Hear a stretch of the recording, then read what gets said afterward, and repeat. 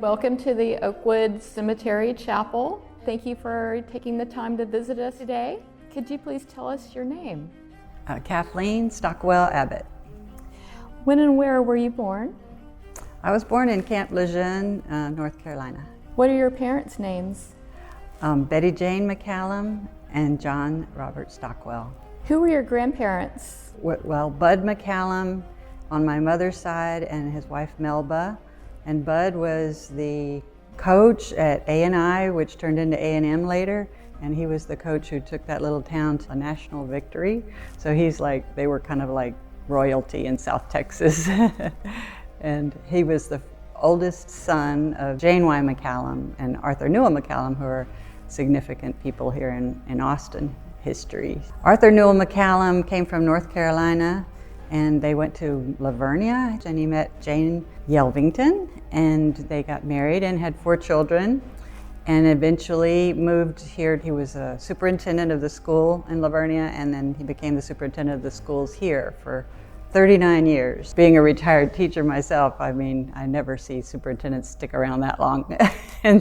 But he significantly impacted the school district here in Austin. And while he was doing that, his wife was a suffragist, and she was working feverishly to get the vote for the women of Texas. Well, Jane Y. McCallum is infamous. I've heard through the grapevine, well, I don't know if I can say this or not, but they may change McCallum High School from being named after him to being named after her, because she was actually more famous. There are 4 books about her, one of them written by her. This is in a Texas suffragist book, and the other book about her is Citizens at Last, which was her quote when women got the vote. There's a movie about the suffrage work, and there's at least 4 places with permanent exhibits here in town of Jane Y. McCallum, the Capitol and Kensington Center, and Bullock used to have a life-size effigy of her. Here's my mom and I with the life-size effigy at the Bob Bullock, but they removed the suffrage exhibit at some point, and it's back at the Austin History Center, which is another place that has all of the documents, because she was a great documentarian, and she kept all the records of the activities of the suffrage movement in Texas. I was taking my son over to the Elizabeth Ney Museum to show him where this picture was from. And there's a picture of her here as a young woman here at the Elizabeth Ney Museum leaning on the wall. It's a very romantic picture. And ironically, women were having to do all this basically on foot, in horses and carriages. It was just amazing, all the lobbying that was done across the state. And I was particularly inspired to find out that Minnie Fisher Cunningham, who worked with her, she was down in Galveston, and all the women who organized together began their activities and organizing skills on trying to better things for their children in projects like the city women were having a lot of illnesses in their children because the goods from the farm lands were coming and they were tainted, or children were getting sick and dying. So women basically were organizing in order to make laws to protect the foods that are being sold in the stores, just some human rights issues. So that was how women got organized and made a network around Texas. So when it came to the point of doing suffrage work to get the vote, that was kind of why they were so organized and had kind of a head start to make it happen, because a lot of stuff had to happen very fast in the history of it. And I love the way some of the fast-paced work that had to be done, and also the publications that there are. When they got the vote to be able to vote in the primaries, they had 3 weeks to register the voters, something ridiculous like that. And in that time, they registered as many votes by women as there were of men. I mean, that's some mobilizing. And that was after having gotten it, worked through all of the subterfuge in the Capitol, of anti-suffrage legislators trying to make twists and turns that would deflate the project. When I look back at her diaries throughout the years, women have always, been struggling for one right or another. And The book that she wrote was when she was going with her husband. He was going to the different schools in Austin, and she'd accompany him because she was Secretary of State, right? And she, the longest serving Secretary of State to date. And she was in the classrooms noticing that all of the history and all of the stories were about men, and she decided to write a book about women, and it's called Women Pioneers by Jane Y. McCallum, and I found a copy of it, and it's just a treasure, and it has stories about several significant women in history, but this was the generation before her, so these are the ones that inspired the movement and the suffrage movement that further solidified more rights for women. Elizabeth Ney was one of those people who inspired the suffrage movement in Austin because she was making those incredible marble statues. She was an enfranchised woman. She didn't take her husband's name. She wore pants. Everything that was scandalous in that time, some women would eschew and, give her a cold shoulder, but other women, like my great-grandmother, were hanging out and chatting and learning and getting inspired about reasons that women should be more enfranchised because the laws and affected them just as much as they did the men, even more so in some instances. What is your earliest memory about learning about your great-grandmother and her impact to women today? Jane McCallum is here in a family photo. She's the one in the middle. This must have been about 56. She built a house when she and her husband moved from Livonia to Austin, and he became the superintendent here. She designed the house, and it's on 32nd Street, and it's on my little map that I've made of the significant places in landmarks related to Jane Y. McCallum. And we used to go hang out at the house, because we were a family. It had wonderful little cubbies. It had some secret panels you could slide and go into. And the attic was her office. And the attic had boxes and boxes of all the documents that are now at the Austin History Center. Because when my namesake, her daughter Kathleen, passed away, who was living in the house, the rest of the family bequeathed documentation of the suffrage movement to the Austin History Center, to Austin History Preservation. So the house was fabulous. It had all these porches that you'd go out and sleep on. This was pre-air conditioning, of course, so everybody at night would go out like Elizabeth Ney, sleeping on the roof of her beautiful castle that she built on 44th Street. So they were only 12 blocks apart, essentially, if you're looking at a crow's fly line. Elizabeth Ney, I think she passed away in 1907, so that was quite a few years before the vote was acquired, but she was definitely integral in inspiring the movement of the women who fought that good fight. Jane Y. McCallum passed away in 57. I was born in 1960, and so I never actually met her. She passed away, and my mother was on this curb crying, and a classmate, my father, they were both in Plan 2 at the University of Texas. They both walked down 24th Street on the way to her sorority, and his flat at the Crow's Nest where he lived, stopped and spoke to her and comforted her, and he never would have approached her otherwise because she was one of those sorority queens who had a dance list or date list. It took months to even get to have a date with her, but he comforted her, and it turns out that Jane Y. McCallum's death was how my parents met, and then 3 years later I was born. So it's kind of one of those ironic twists and turns. Could you tell me about your early life and where you went to school and your connections to Austin? My dad was in the ROTC at UT because his parents were missionaries, and that was the only way he could afford when he was sent back from the Congo, where he grew up, to go to UT. He and mother both tested very high. That's why they were in Plan 2. So I was born in the boot camp in North Carolina, and we traveled around quite a bit. But we ended up back in Africa, in the Congo. So I was raised there for my early school years until I was 13, and then we moved back here. Yeah, my dad's a whistleblower from the CIA, so we lived in Africa because he decided while he was there it was not beneficial to where he had grown up. Eventually, he ended up quitting and writing a best-selling book as a whistleblower.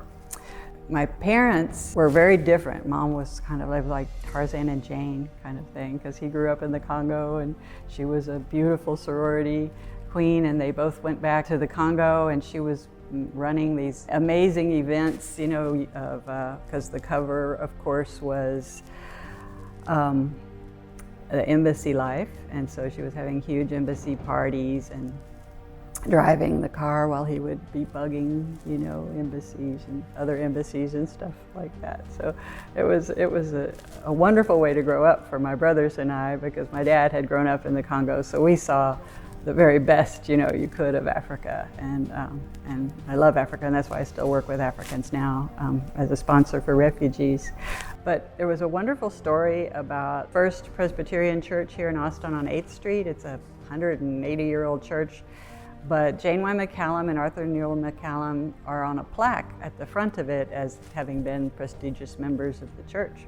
And my aunt and I were doing refugee work, and we were in the church, and we looked at the plaque, and my aunt, it dawned on her, you know, my parents, when they were sent to Africa, they were sponsored by this church. So, you know, there was a congregational meeting to sponsor them, and Jane Y. McCallum must have been there because she was an elder at the church.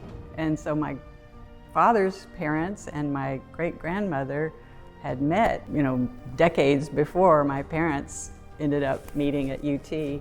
So that was just kind of a fabulous little coincidence. I feel very inspired by Jane Y. McCallum's work, and I always have. I'm a retired teacher, but I've always been politically active. I've lived in Central America and worked for U.S. out of Latin America type issues back in the 80s, which was kind of a precursor to the strife that's going on right now, where people are having to flee and crowd up on the borders because the corporations that we sponsored in Central America have ruined the rivers, so people can, you know, there's really no way to farm or live as people, you know, previously could. Warlords and drug running and gang activity now is a culture that our drug use in this country has caused in Latin America, which is the reason that people are in flight rather than living in the beautiful exotic paradises in Latin America where they would prefer to stay if they could.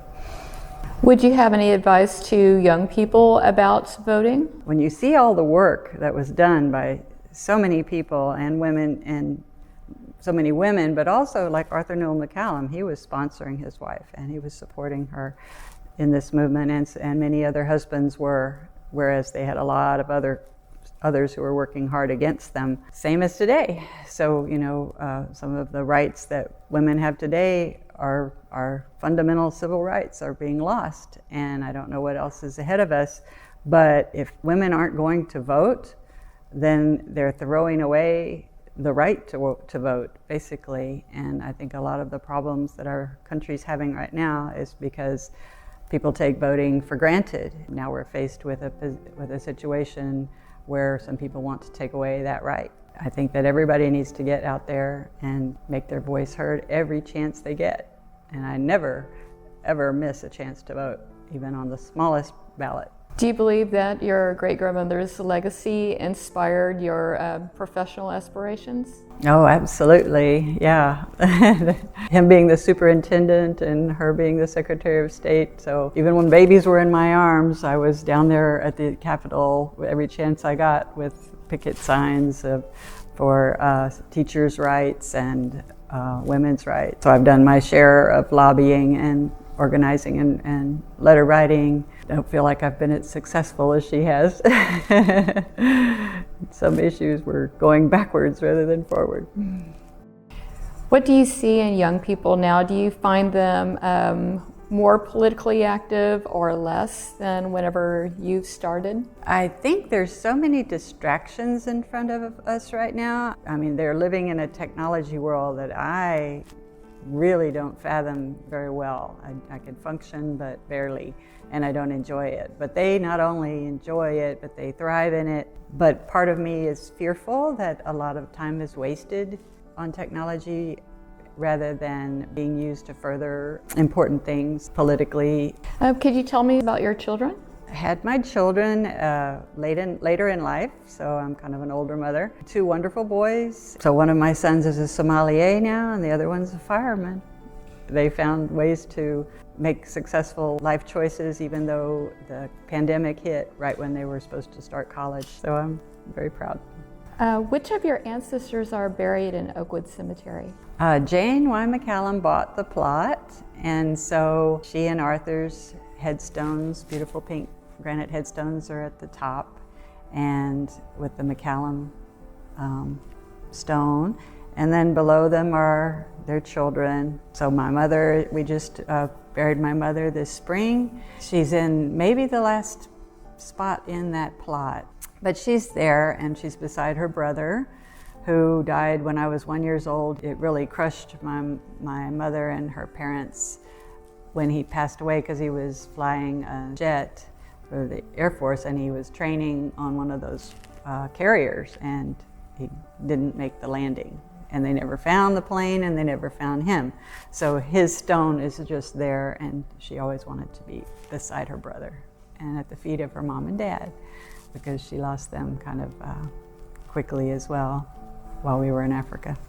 Do you and your family have unique ways of remembering your ancestors? Well, I have, my living room is basically like a gallery of family history, and we share it frequently. Like when I met you, I was taking my son, to once again to see significant Austin landmarks that are related to the family.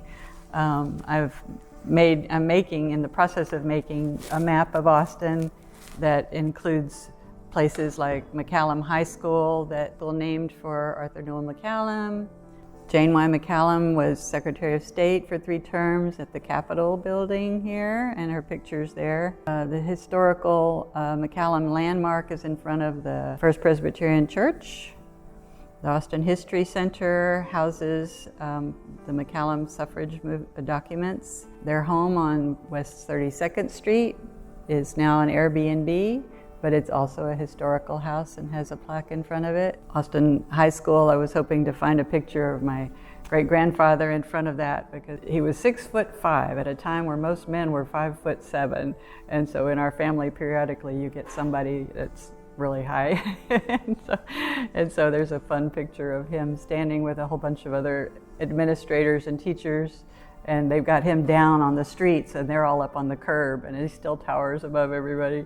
My mother has memories of when she would be on his shoulders at the house on 32nd Street. At Christmas, all of the bands from the different schools would come and do a parade down 32nd Street for the superintendent, and they had a beautiful porch up above the front door where he would stand. The way she remembered him is probably more like this, and so she would be on his shoulders seeing all this pageantry. And then of course her father, being that famous football coach, she was used to a lot of floats and attention, and she just loved it, and she just remembered he was holding her up there, and that he was just so high up, and he was so huge. He was an enormous man, and I think she remembers his ears being as big as her face. If your ancestors could send a message to the most recent generation of your family, what might it be? Value your mind and your education. Value your human rights, your civil rights. Work for good, for the greater population. If you could send a message to someone 100 years from now, either a dissenter or not, what would you say? Vote. Use it or lose it. What currently interests you? Now that my mother's passed and my caregiving has ended, I'm working more with refugees, and I'm noticing I'm getting more involved in some personal lives of these families, and it's kind of overwhelming sometimes, but I'm pretty good at it, and I can solve problems. And being an advocate for people that are not enfranchised is always been something I've wanted to pursue. Well, every situation with refugees is different, and so I work with African refugees because, having grown up there, my aunt and I just feel good being around Africans, and so we get that good feeling, as well as the warm camaraderie and friendship, and just the culture is just so warm and loving. I think that There's a connection that a lot of third world people have with each other that we tend to be losing here in our country, because you drive down the streets and everybody's inside on either driving in their little boxes or in their little box houses or on their little box computers and televisions. Whereas when you're in the third world, you're out, there's no empty streets. You're walking around, you're talking, you're visiting, everybody's animated, everybody's talking, everybody knows each other, supports each other. What do you hope for the future? Because of the women that were active in Texas, we were one of the first states to ratify the vote for women. And a sacrifice was made to make that happen, because we're in the South. And African American women were that sacrifice. And they didn't get the vote in Texas. In the North, they did. But so 1920 is when the vote was ratified for women. 50 years later is when Black women were allowed to vote in Texas. That just blew my mind. And my African American sisters that I've always tried to support, it just made me feel a little more understanding of their struggle and their reality. Well, thank you so much for sharing your fascinating life and family history with us today at the Oakwood Cemetery.